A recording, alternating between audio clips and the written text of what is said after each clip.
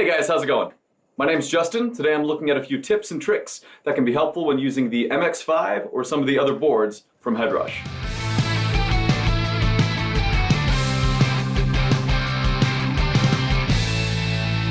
Alright, so this is my personal HeadRush MX5 unit. As you can see, it's got a couple scuffs and scrapes and battle scars and all that, so we'll just call it well loved at this point. But these are some of the tips and tricks that I've found both while recording and playing live that hopefully will be helpful to you as well. Alright, so one thing that I would highly recommend if you are using this to play live, it's not as relevant if you're just using this to record, but in a live setting this is really helpful. The adapter that it comes with has a jack that faces straight out from the unit. I don't know about you guys, but I tend to move around a lot on stage, and this just seemed like a liability that if someone's going to kick it or stand on it or something, and that's going to break, and then the internal wiring's going to break, and just be a whole issue. So I bought one of these guys, which is just a angled plug adapter to the end of the power source, and I cannot tell you how helpful it is to have this just flush to the unit at a 90-degree angle instead of sticking straight out like this. Having this up against the body of the unit is so much better live. It's got a lot less room for someone to kick it or accidentally step on it. And this just being flush to the body is really useful if you're in a crammed on-stage setting. I also attached a zip tie here just to make sure the adapter cord doesn't get dislodged no matter what angle the cord is pulled from. Alright, another tip, and this is just a fun one to be honest. You can change the colors of your LEDs and your pedals within the global settings up here. So go to your global settings, go to the second page, and there's a color modify section right here where you can do all sorts of different things to your colors of both your LEDs and the pedals within your unit. So if you change your color to 360 degrees and then go to depth, you can change the entire hue setting of your board. And as you adjust it, down here in the bottom right-hand corner, it gives a few examples of a couple different pedals and how they'll look with that setting. So you can see a preview of what your board will end up looking like. Alright, so the next two tips aren't really tricks, they're more of just shortcuts that I think are really useful when using this unit live. And I've seen a lot of people use HeadRush units live and not really utilize some of the features to their full potential, so I thought I would just kind of point these out and hopefully they're helpful to you as well if you're using this in a live setting. Alright, so this is mainly relevant to the MX5 or the HeadRush gig board. If you have the pedal board, it might not be as relevant to you because it has all the buttons that you can choose between your different rigs and your different tones on the fly when you're playing live. But if you're using this in a live setting, to use that hybrid mode can be really helpful and really useful if you have a bunch of different tones within your set list. If you're not already using hybrid mode on this, all you got to do to access that is to hold this button down and then choose hybrid.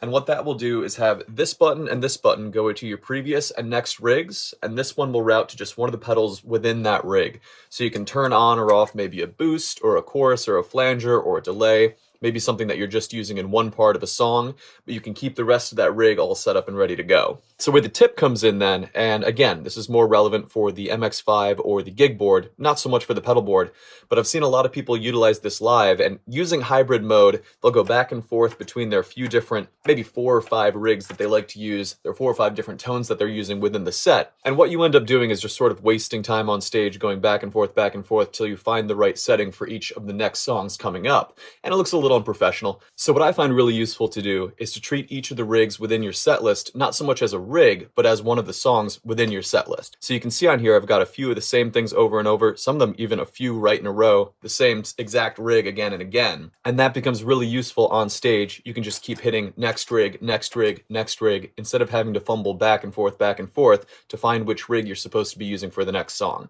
Alright, so since that's a pretty basic tip, we'll just call that a half a tip, right? And so the second half of this tip is again just something that I find really useful in a live setting. This last summer I was playing with 2 different bands that one was playing in E flat and one was playing in E, and I have a guitar that I was using for both that has a Floyd Rose on it. So it's a floating bridge and a locking nut, and it's really a pain to switch back and forth the tuning of that guitar between each set. So what I ended up doing is just adding this drop tune pedal to all the different rigs that I was using for both bands and had the drop tune be down 1/2 step.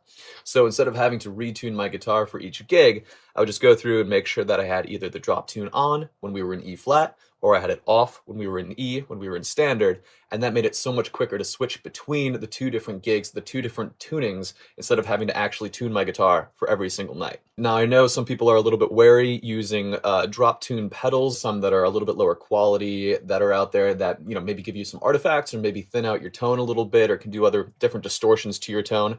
But as long as you put this at the very beginning of your rig, it'll drop the tuning of the rig before doing the rest of the processing of your distortion and delays and all that sort of stuff. So you end up with a really clean pitch adjustment without having to worry about any sort of strange audio distortions or anything like that. All right, so this next tip is both for playing live and for recording.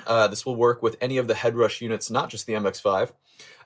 So HeadRush obviously comes with a lot of really cool different presets that are references to different famous songs and different famous tones. This one, for example, Route 666, is a reference to Highway to Hell by AC/DC, right?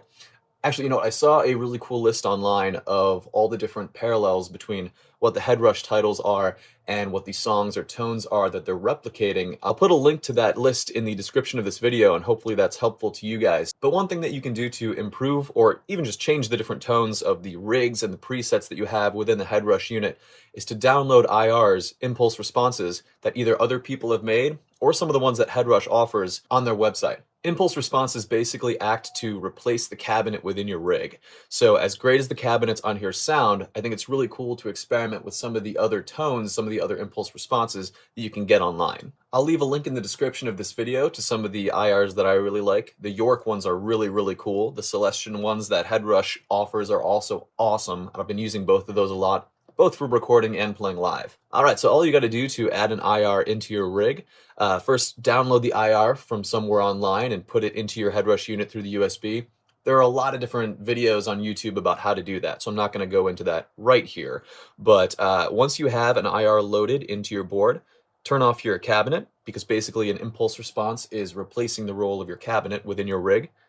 Add a pedal, there we go, custom IR.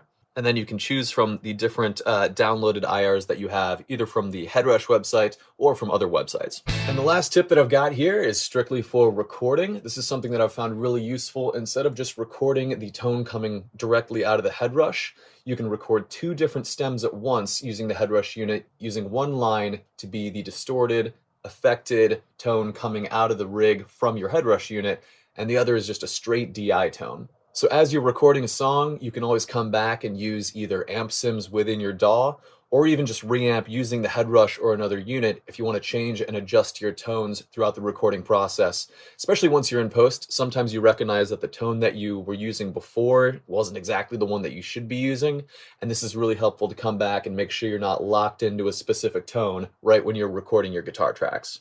All right, so there are a few tips and tricks for the MX5 or some of the other HeadRush boards. Now, I'm by no means an expert with these. This thing can do so many cool things that I really need to explore it a lot more, but I hope that these tips are helpful if you have one of these boards or if you're looking to get one in the future. Thank you so much for checking out the video. I really appreciate it. If you enjoyed this, please feel free to hit like and subscribe and to check out the rest of the channel for more music-related content. Thanks so much for watching.